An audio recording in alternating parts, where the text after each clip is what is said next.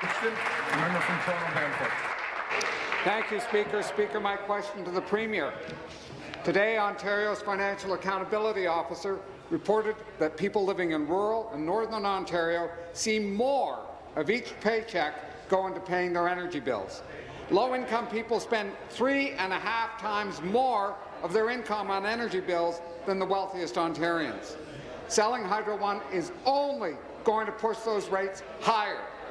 Opening up local hydro utilities to privatization is only going to push up those rates higher. For a lot of people living in rural and northern Ontario, or people living on a low income, they already feel like they're at a breaking point.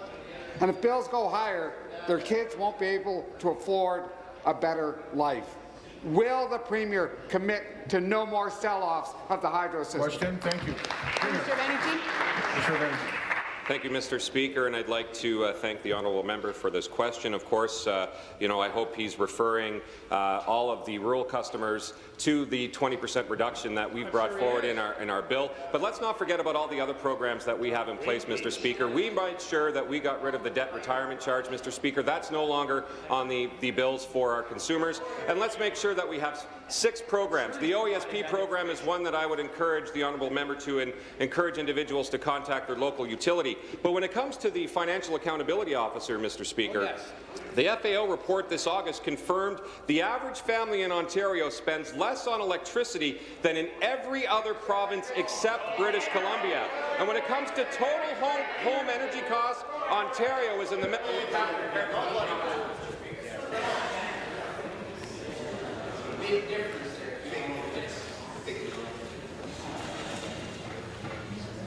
Of the two of you, one of you has got a warning and the next one's out.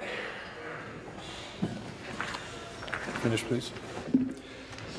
So what's remarkable about these findings is that Ontario has already done the heavy lifting in modernizing our energy infrastructure and transitioning off of coal generation, Mr. Speaker. We continue to find ways to reduce costs for consumers. Thank you. Supplementary. I can only think, Speaker, the other side didn't hear the question, so I'll rephrase it. Over and over, people say they want the next generation to be able to build a better life. But for too many people, they feel like their bills are making that almost impossible. To quote the FAO, household home energy spending is a greater burden for lower-income households. Rural and northern families and low-income families feel every increase. Taking the HST off hydro is a first step, but it can't be the only step to getting bills under control. Stopping the sell-off has to be the next step. Will the Premier commit to ending the sell-offs of the hydro system? Minister.